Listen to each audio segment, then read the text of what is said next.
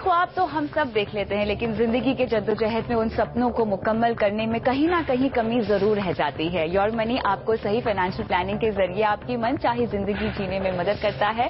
नमस्कार, मैं हूं कविता थपलियाल और शुरुआत करते हैं इस वक्त की सुर्खियों के साथ।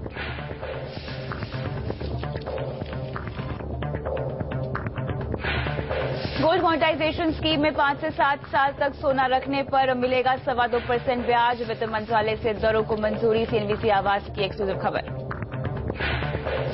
कॉल ड्रॉप पर कंपनियों को ट्राई का जोर का झटका, कहा भरना ही होगा जुर्माना। टेलीकॉम कंपनियों की अपील फिलहाल खारिज। एक्सपायरी के दबाव में लगातार चौथे दिन गिरा बाजार, 8,100 के करीब हुई अक्टूबर निफ्टी की एक्सपायरी। बिकवाली के दबाव में सेंसेक्स 27,000 के नीचे फिसला। येस बैंक के मिले जुले नतीजे, मुनाफा 26% बढ़कर 610 करोड़ रुपए। डॉक्टर रेड्डीज की सेहत में भी हुआ सुधार। कल 10:30 बजे नई एविएशन पॉलिसी की ड्राफ्ट का होगा ऐलान। सीएनबीसी आवाज की एक्सक्लूसिव खबर। सरकार की सख्ती के बाद भी दाल की जमाखोरी जारी, गोदामों में करीब 10 लाख टन दाल का स्टॉक मौजूद। राज्य सरकारों के साथ जमाखोरों की मिली भगत की आशंका। सीएनबीसी आवाज एक्सक्लूसिव। आइए देखते हैं अब क्या है खास आज योर मनी में। अब घर पर पड़े सोने को बैंक में जमा करने पर 2.25% का मिलेगा ब्याज। कितनी फायदेमंद स्कीम, बताएंगे आगे। प्रवासी भारतीय लगा पाएंगे नेशनल पेंशन स्कीम में पैसा। एनआरआई के लिए कितनी अच्छी खबर, ये बताएंगे आपको। और एटीसी में होम लोन का टैक्स कैसे बचाएं। तो इन तमाम मुद्दों पर होगा हमारा आज फोकस। और योर मनी में आज हमारे साथ हैं वाइस इन्वेस्ट एडवाइजर्स के हेमंत सिद्दीकी। हेमंत जी, आपका स्वागत है। शुरुआत करते हैं बड़ी खबर के साथ। विदेशों में बसे भारतीय भी अब एनपीएस यानी नेशनल पेंशन स्कीम में पैसा लगाकर रिटायरमेंट की कमाई का इंतजाम कर पाएंगे। रिजर्व बैंक ने इसकी इजाजत दे दी है। प्रवासी भारतीयों को इस कदम का कितना फायदा होगा, चलिए सबसे पहले इसी पर हम करते हैं चर्चा हेमंत जी से। हेमंत जी, एनपीएस जो कि एक बहुत ही मशहूर और अट्रैक्टिव रिटायरमेंट प्रोडक्ट भारतीयों के लिए तो है ही, लेकिन अब एनआरआईज भी इन्वेस्ट कर पाएंगे एनपीएस में और अपना रिटायरमेंट कॉर्पस या राशि जोड़ पाएंगे। लेकिन ये होगा कैसे, और ये समझाए कि इसके क्या क्राइटेरियाज है और पैरामीटर्स हैं। देखिए, अभी जो इन्फॉर्मेशन है अवेलेबल, जैसे आपने कहा कि एनआरआईज को अलाउ किया गया है कि वो एनपीएस के अंदर इन्वेस्ट कर सकते हैं। पिछले कुछ सालों में हमने देखा है कि एनपीएस जो है एक अच्छी इन्वेस्टमेंट ऑप्शन उभर के सामने आई है। करीब 1 लाख करोड़ का उसका कॉर्पस हो चुका है अभी तक। तो डेफिनेटली जब एनआरआईज उसमें इन्वेस्ट कर पाएंगे तो कहीं ना कहीं उनकी ऑप्शन जो है वो बढ़ जाती हैं। अब उनके पास ऑलरेडी कुछ ऑप्शंस हैं, जैसे वो म्यूचुअल फंड में इन्वेस्ट कर सकते थे रिपेटेबल बेसिस पे। उसके अलावा से अभी एनपीएस में इन्वेस्ट कर पाएंगे। तो जैसा मैंने कहा, एक एडिशनल आपके पास एक ऑप्शन यहां पे आती है। बट एज ए प्रोडक्ट वो उसको कैसे देखते हैं और किस कंट्री से एनआरआई इसके अंदर इंटरेस्टेड होंगे वो भी देखने की जरूरत है। क्योंकि मेरे हिसाब से करीब 3 करोड़ एनआरआई जो है बाहर हैं, उसमें करीब 70-80 लाख जो है वो गल्फ में है। वो वहां जो एनआरआईज है, मुझे लगता है उनके लिए काफी अट्रैक्टिव ऑप्शन रहेगा, क्योंकि वहां बहुत ज्यादा उनके पास शायद ऑप्शंस ना रहे वहां पे। तो एक तो ये डेफिनेटली देखना है। जो अभी इंफॉर्मेशन समझ में आ रही है वो ये है कि रिपेटेबल बेसिस पे वो इसको इन्वेस्ट कर पाएंगे। लेकिन जो प्रोडक्ट है वहां पे अभी भी कुछ खामियां हैं, जो मुझे लगता है कि इसलिए जो कि प्रवासी भारतीयों के लिए ना कि इवन भारतीयों के लिए भी जो एनपीएस प्रोडक्ट लॉन्च किया गया उसमें काफी खामियां हैं। खासतौर से अगर हम टैक्सेशन मामले को देखें तो यहां पर क्या एनआरआईज के लिए टैक्सेशन मुद्दे पे किसी तरह की सफाई आई है? नहीं, मुझे नहीं लगता। अभी तक जो इन्फॉर्मेशन है उसमें कुछ ऐसी सफाई नहीं है। जो प्रिवेलिंग जो सेटअप है, जिस तरह के जो फीचर्स हैं वही के वही उनको अवेलेबल होंगे। फर्क सिर्फ इतना, जैसे मैंने कहा, आप एनआरआई जब इन्वेस्ट करेंगे तो रिपेटेबल बेसिस पे जिस मैकेनिज्म से वो म्यूचुअल फंड वगैरह में इन्वेस्ट करते हैं वैसे ही यहाँ पे इन्वेस्ट कर पाएंगे। लेकिन जो इश्यूज हैं, जैसे आपको 40% पे आपको एन्युइटी लेना है, वो यहाँ पे भी है। जो अभी जो विड्रॉल आप करते हैं 60% का, वो टैक्सेबल है, वो अभी भी है। तो कहीं ना कहीं, और जो इक्विटी के अंदर जो रिस्ट्रिक्शन है 50%, उससे ज्यादा इक्विटी में आप नहीं लगा सकते, वो भी है। तो आई थिंक कुछ इश्यूज ऐसे हैं जैसे जो डोमेस्टिक इन्वेस्टर्स के लिए वो एनआरआईज के लिए भी रहेंगे। तो बट जैसा मैंने कहा कि एक ऑप्शन जरूर बन के आई है। आगे जाके अगर ये मुद्दे जो है इनको रिजॉल्व किया जाता है, जैसे टैक्सेशन का है, या जैसे बात चल रही है कि इक्विटी के अंदर जो एक्सपोजर है वो बढ़ाया जाएगा, अगर ये सब हो जाता है तो डेफिनेटली एक अच्छी ऑप्शन बन के एनआरआईज की मुझे लगता है ये सामने आएगी। लेकिन एज ए रिटायरमेंट इंस्ट्रूमेंट हम देखें तो खासतौर से एनआरआईज के लिए कोई खास इंस्ट्रूमेंट आपको लगता है कि रेकमेंड किया जा सकता है? एनपीएस तो एक बढ़िया विकल्प है ही उनके लिए जो अब उभर कर आया है, लेकिन इसके अलावा एनआरआईज के लिए रिटायरमेंट कॉर्पस या राशि जमा करने के लिए कौन सा इंस्ट्रूमेंट आपको सबसे बेहतर लगता है? देखिए कविता, आई थिंक चाहे वो डोमेस्टिक इन्वेस्टर हो चाहे एनआरआई इन्वेस्टर्स हो, मुझे लगता है पैरामीटर्स वही हैं। अगर आप ऐसे इन्वेस्टर हैं जो एक्टिवली मैनेज कर पाते हैं तो आपके पास बहुत सारी ऑप्शंस हैं। जैसे म्यूचुअल फंड की भी रिटायरमेंट प्लान्स हैं, 100% इक्विटी वाली भी है, 60-40 वाली भी है, 60% डेट और 40% इक्विटी में भी है। एनपीएस का एक फायदा ये है कि जो इन्वेस्टर्स एक्टिवली अपना पोर्टफोलियो मैनेज नहीं कर सकते और उनको लगता है कि एलोकेशन करना उनके लिए थोड़ा डिफिकल्ट है या उसको मॉनिटर करना थोड़ा सा डिफिकल्ट है, तो एज ए पैकेज अगर आप देख रहे हैं, ऐसा प्रोडक्ट आप देख रहे हैं जहां पे थोड़ा कंजर्वेटिवली आप इन्वेस्ट करना चाहते हैं और प्रूवन फंड मैनेजर जो है वो आपका पैसा मैनेज कर रहे हैं, तो वहां पे डेफिनेटली उन इन्वेस्टर्स के लिए एनपीएस एक डेफिनेटली ऑप्शन हो सकती है। पर जैसा मैंने कहा, कहीं ना कहीं अगर टैक्सेशन के केसेस अगर रिजॉल्व नहीं होता है तो काफी जो बड़ा हिस्सा है आपका वो टैक्स में चला जाएगा। तो ये दोनों चीजों को ध्यान में रखे ही एनआरआईज को डिसाइड करना चाहिए कौन सी बेहतर ऑप्शन है। चलिए, तो एनआरआईज के लिए रिटायरमेंट के लिए एक और विकल्प यहाँ पर एनपीएस में आप निवेश कर सकते हैं। आरबीआई ने इसको इजाजत दे दी है। लेकिन योर मनी में हम आगे बढ़ते हैं और रुक करते हैं दूसरे मुद्दे की ओर। अब आप बैंक में सोना जमा करवाएंगे तो आपको 2.25% का ब्याज मिलेगा। गोल्ड मॉनिटाइजेशन स्कीम के तहत 5 से 7 साल के लिए बैंक में सोना जमा रखने पर अब आपको 2.25% का ब्याज मिलेगा।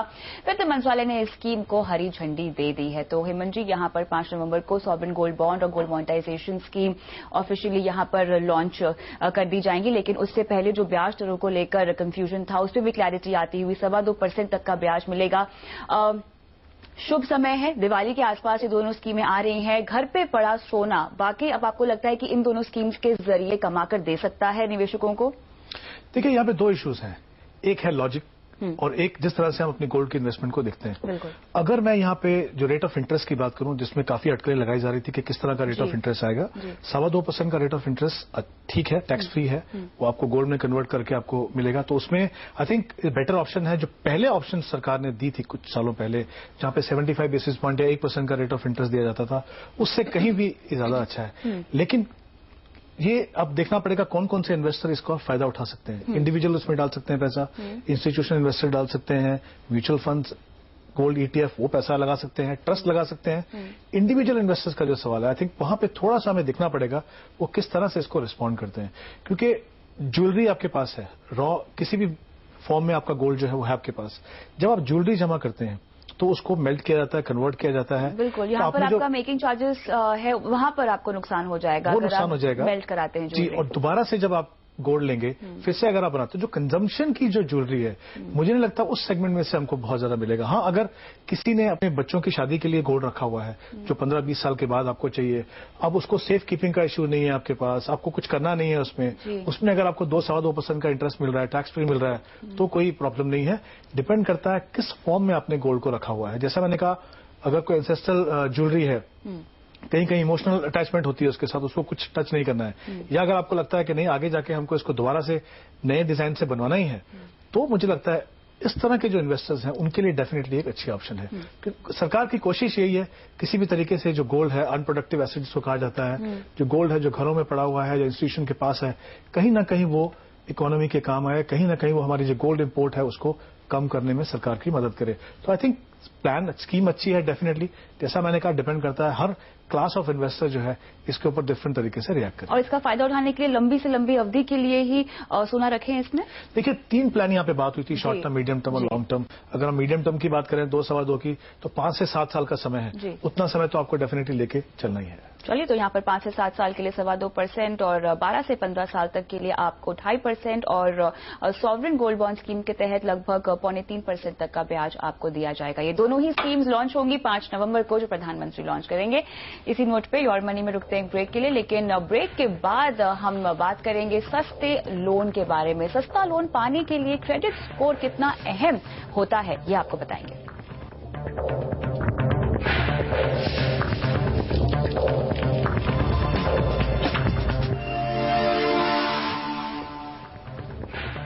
जॉर्ज मनी में आपका फिर से स्वागत है। अब बढ़ते हैं अगले मुद्दे के ऊपर, जो है अच्छे क्रेडिट स्कोर पर आपको कैसे मिलेगा सस्ते से सस्ता होम लोन। हम सब जानते हैं कि अगर आपकी क्रेडिट हिस्ट्री अच्छी है तो उसके बेसिस पर आपको होम लोन मिलता है, लेकिन अगर आपकी क्रेडिट हिस्ट्री बहुत अच्छी है तो आप बैंकर्स के साथ बार्गेन कर सकते हैं और एक बेहतर होम लोन रेट की डील कर सकते हैं। ये आप कैसे करें, ये हम समझते हैं हेमंत जी से। हेमंत जी, क्रेडिट हिस्ट्री जो होती है क्रेडिट रेटिंग एजेंसीज ट्रैक करती हैं, जिसमें आपका लोन, आपकी क्रेडिट पेमेंट, इन सब चीजों को ट्रैक किया जाता है। बेसिकली आपका जो क्रेडिट नेचर है उसको ट्रैक किया जाता है। उस आधार पे आगे चल के आपको होम लोन मिलता है, नहीं मिलता है। लेकिन हमारा क्रेडिट स्कोर अच्छा कैसे हो और बढ़िया कैसे हो ताकि हमें सस्ते से सस्ता होम लोन मिल सके? देखिए, बिल्कुल जैसा आपने कहा, जो आपकी क्रेडिट हिस्ट्री है, जो क्रेडिट स्कोर है, वो आपके लिए बहुत इंपॉर्टेंट है। लोन लेने के लिए आपके पास एक क्रेडिट हिस्ट्री होनी चाहिए, और आपकी क्रेडिट हिस्ट्री कैसी है वो पता चलता है आपके क्रेडिट स्कोर से। ये जो क्रेडिट स्कोर है, ये क्रेडिट ब्यूरोज जो है, जैसे सिविल है, इक्विफैक्स है, इस तरह के जो क्रेडिट ब्यूरोज हैं, जैसा आपने कहा, वो उनको मेंटेन करते हैं। अब यहाँ पे 3 और 4 पैरामीटर देखते हैं वो आपको क्रेडिट स्कोर देने से पहले। सबसे पहले वो देखते हैं कि आपने कितना लोन लिया हुआ है, तो वो एक उनका पैरामीटर है। उसके बाद वो देखते हैं कि कितना फ्रीक्वेंटली आप लोन के लिए अप्लाई करते हैं। मतलब बहुत सारे इन्वेस्टर ऐसे होते हैं, लोग ऐसे होते हैं जो हर 6 महीने में, 1 साल में कहीं ना कहीं क्रेडिट हंग्री नेचर। बिल्कुल।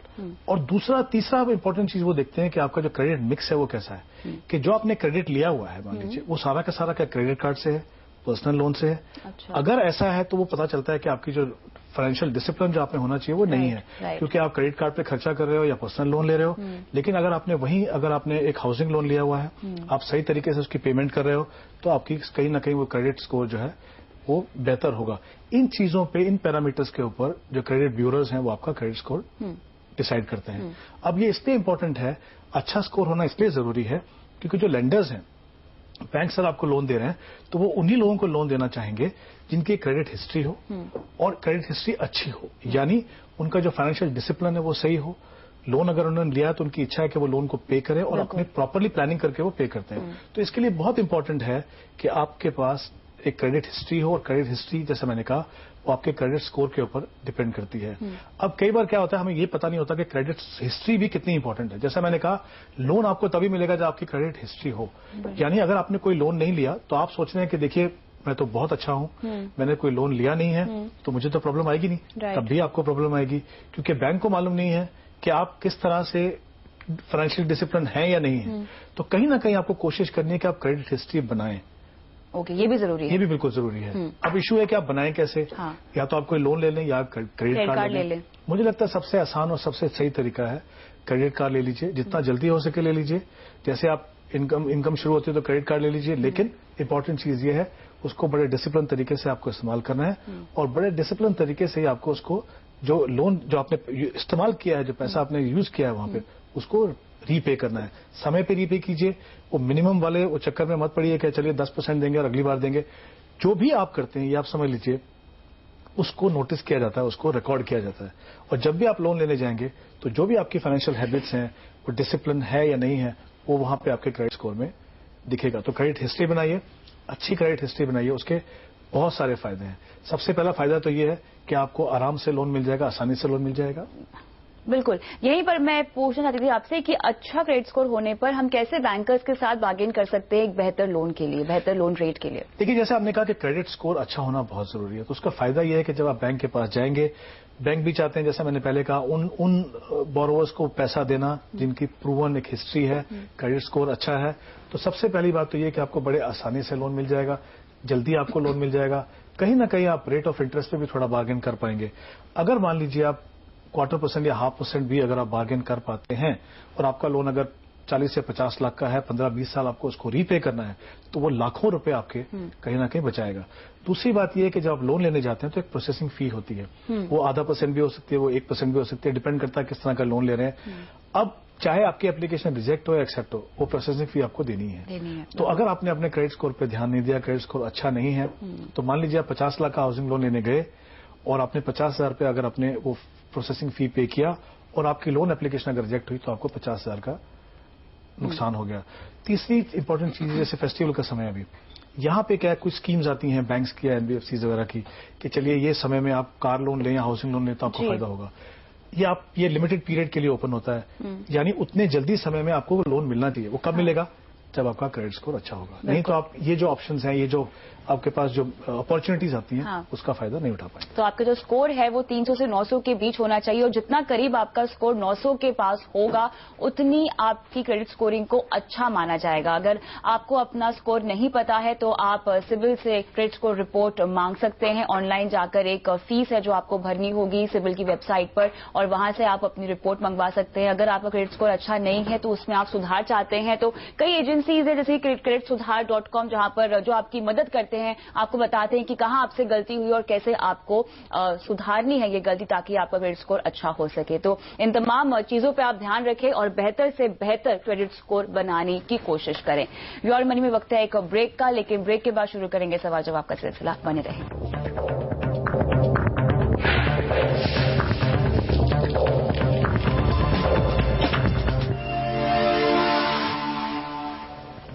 योर मनी में अब लेते हैं हमारे पहले दर्शक का सवाल। हैदराबाद से शिवदास ने अपना सवाल ईमेल के जरिए पूछा है और ये कह रहे हैं कि 2015 में इन्होंने आंध्र बैंक से होम लोन लिया है और अब जानना चाहते हैं कि एटीसी के तहत ये होम लोन का फायदा कैसे उठा सकते हैं टैक्स बचत के लिए। हेमंत जी। कविता, देखिए, जब हाउसिंग लोन की हम बात करते हैं तो उसका रीपेमेंट के दो कंपोनेंट रहते हैं। बिल्कुल। एक तो जो आपने लोन लिया, जो प्रिंसिपल अमाउंट में बोलते हैं, उसकी रीपेमेंट, और जो इंटरेस्ट आपको उसके ऊपर पे करना है उसकी जो रीपेमेंट है, ये दो कंपोनेंट है। इन दोनों के ऊपर, क्योंकि इन्होंने कहा कि इनको ऑलरेडी घर का पोजेशन मिल चुका है, ये दोनों की दोनों छूट जो है उसका फायदा उठा सकते हैं, लेकिन दोनों के सेक्शन जो अलग हैं और लिमिट्स अलग हैं। अगर हम एटीसी की बात करें तो वहां पे जो प्रिंसिपल को रीपेमेंट है वो कवर होगा, उसके साथ में लेकिन बहुत सारी और भी ऑप्शंस हैं, जैसे आपका इंश्योरेंस का प्रीमियम है, या एम्प्लॉयज प्रोविडेंट फंड का जो कंट्रीब्यूशन है, या पब्लिक प्रोविडेंट फंड का है, या सीनियर सिटीजन प्लान है, या एनएससी है। टैक्स छूट का फायदा उठाने के लिए कई सारे इंस्ट्रूमेंट्स हैं जी। उनमें से एक ऑप्शन जो है आपकी ये है कि जो प्रिंसिपल आप जो रीपेमेंट करते हैं वो आप चुन सकते हैं। यहाँ पे दो चीज और बताना चाहूंगा इनको मैं, कि जो उन्होंने स्टैम्प ड्यूटी ये पे किया है वो भी चाहे तो वो इसमें कवर कर सकते हैं। रजिस्ट्रेशन फीस जो है वो भी कवर कर सकते हैं, और ये पेमेंट बेसिस के ऊपर होता है, यानी जिस साल में आपने पेमेंट किया उस साल में आपको कंजम्पशन यहाँ पे मिल जाएगी। उसके अलावा जो इंटरेस्ट जो पे करेंगे वहां पे अंडर सेक्शन 24 उनको 2 लाख रुपए तक की छूट है, यानी उससे कम अगर साल में उन्होंने इंटरेस्ट पे किया है वो भी वहां पे उनको इनकम टैक्स की छूट मिलेगी। तो क्योंकि जैसा मैंने कहा इनको घर का पोजेशन मिल चुका है, दोनों एटीसी और सेक्शन 24 दोनों के दोनों एग्जम्पशन जो है ये दोनों का फायदा ये उठा सकते हैं। चलिए, तो यहाँ पर आपको ये सलाह दी जा रही है। शिवदास जी, बहुत बहुत शुक्रिया हेमंत आज शो पर आने के लिए। योर मनी में आप मुझे भी दीजिए इजाजत, लेकिन अगर आपका कोई सवाल है जो कि mutual fund, insurance, financial planning, credit card या लोन से जुड़ा हुआ है, तो अपना सवाल अपने कॉन्टैक्ट नंबर और लोकेशन के साथ ट्विटर ID @kavita.th या फिर हमारे email ID mf@moneycontrol.com पर आप भेज सकते हैं। नमस्कार।